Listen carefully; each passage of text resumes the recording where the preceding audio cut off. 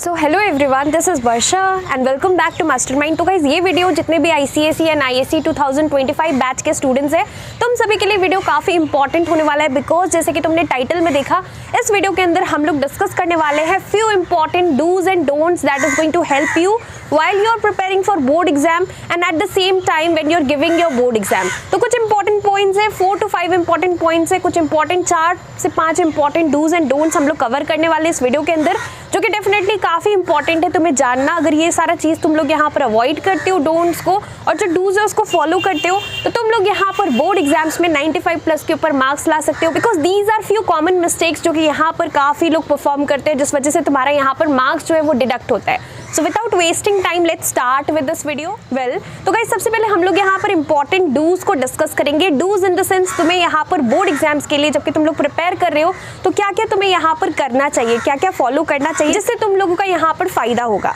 So first thing which is very important, always underline the important keywords when you are writing the answers. चाहे तुम class 10 के student हो या फिर ISC के स्टूडेंट हो, तुम्हें काफ़ी ज़्यादा इंपॉर्टेंट है कि तुम जब भी आंसर लिख रहे हो तो जो भी यहाँ पर तुम्हें इंपॉर्टेंट कीवर्ड दिखे।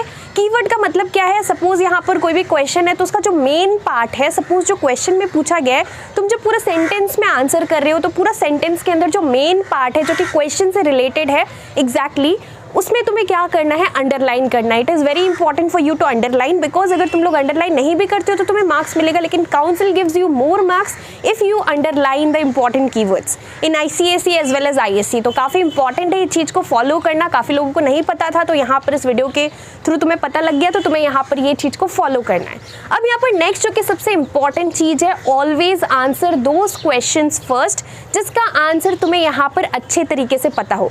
Now it is not important for you to go serially, और तुम्हें यहाँ पर ऐसा नहीं है कि सीरियली ही सब कुछ करना है, बट ये चीज़ ध्यान रखना कि सेक्शन 1 तुमने स्टार्ट किया है तो पूरा सेक्शन 1 पूरा कंप्लीट करने के बाद ही तुम्हें नेक्स्ट सेक्शन में जाना है। फर्स्टली तुम जो स्टार्ट कर रहे हो उसको अच्छे से सारा कुछ करना है, बट यहाँ पर जो है आंसर्स तुम लोग क्वेश्चन जो है डायरेक्टली सीरियली तुम लोग करोगे ये जरूरी नहीं है। जो भी चीज़ का answer, it is said that your first impression is your last impression, right. तो जो भी तुम्हें अच्छे से पता है, जिसका आंसर तुम्हें अच्छे से आता है, जो कि तुम अच्छे से लिख सकते हो, उसको स्टार्टिंग में लिखना, और जिसमें तुम्हारा थोड़ा बहुत कन्फ्यूजन है या फिर आंसर तुम्हें बहुत ज़्यादा सोच कर लिखना है, वो तुम्हें यहाँ पर बाद में लिखना है। So you need to follow this thing in your board exams. Now here the third point which is very important, you have to maintain proper speed, because यहाँ पर तुम लोग अगर यहाँ पर टाइम मैनेजमेंट प्रॉपरली नहीं करते हो तो तुम्हारा यहाँ पर जो टाइम है, अगर हम लोग बात करें क्लास 10 के स्टूडेंट्स के लिए, ICSE 2025 के लिए, तो यहाँ पर मैक्सिमम सब्जेक्ट्स में तुम्हें 2 आवर्स का टाइम ड्यूरेशन मिलने वाला है। So it is very important कि 2 आवर्स के अंदर तुम्हें पूरा पेपर कंप्लीट करना है, तो स्टार्टिंग से टाइम मैनेज करना, नहीं तो ऐसा होगा कि सेक्शन A तुम्हारा अच्छे से हो जाएगा, पर सेक्शन B जो है वो तुम स्टार्ट करोगे, 2 सेट्स यहाँ पर करोगे, टोटल 4 मैक्सिमम मतलब सब्जेक्ट्स में करना पड़ता है, तो 2 तुम करोगे, तुम्हारा यहाँ पर टाइम कम हो जाएगा, मतलब टाइम यहाँ पर बहुत लिमिटेड टाइम बच जाएगा, तो उस वजह से तुम एक सेट हो सकता है कि तुम्हारा छूट जाए। काफ़ी लोगों के साथ ऐसा होता है। सो यहाँ पर इसलिए मैं ये चीज़ को क्लियर कर रही हूँ कि अगर तुम काफ़ी ज़्यादा स्लो हो तो तुम्हें यहाँ पर ध्यान रखना है कि तुमने कितना भी पढ़ा, लेकिन अगर तुम्हारा पूरा पेपर कंप्लीट नहीं हो पा रहा है, so here you are going to lose marks. तो काफ़ी इंपॉर्टेंट है कि तुम्हें यहाँ पर क्या करना है, पेपर को टाइम पे कंप्लीट करना है, प्रॉपर टाइम मैनेजमेंट करना है ड्यूरिंग योर एग्जाम्स। लास्टली यहाँ पर फोर्थ जो कि डूज के अंदर जो पॉइंट आता है वो ये है कि तुम्हें यहाँ पर आंसर जो है, जब भी तुम आंसर लिख रहे हो, always answer the questions according two marks.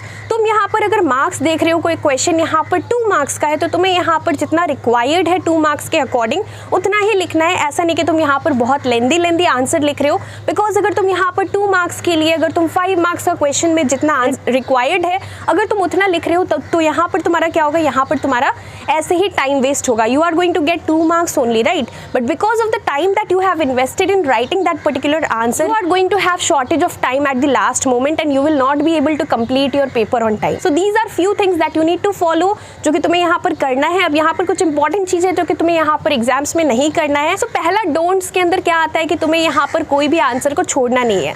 Do not leave a question in your board exams. तुम्हें सारा ही क्वेश्चन को आंसर करना है, चाहे वो तुम्हें आता हो या फिर नहीं आता हो। जो तुम्हें आता आता है वो तुम्हें स्टार्टिंग में करना है, जो कि डूज के अंदर हमने डिस्कस किया था। अब सपोज कोई क्वेश्चन का आंसर तुम्हें पता नहीं है तो कुछ रिलेटेबल, कुछ सेंसिबल लिखो, कुछ यहाँ पर तुम्हें लिखना है, ऐसा नहीं कि तुम ब्लैंक छोड़ दोगे, बिकॉज यहाँ पर तुम कुछ भी लिखते हो अगर यहाँ पर थोड़ा सा भी सेंसिबल है तो तुम्हें हाफ मार्क्स 1 मार्क्स मिल जाएगा।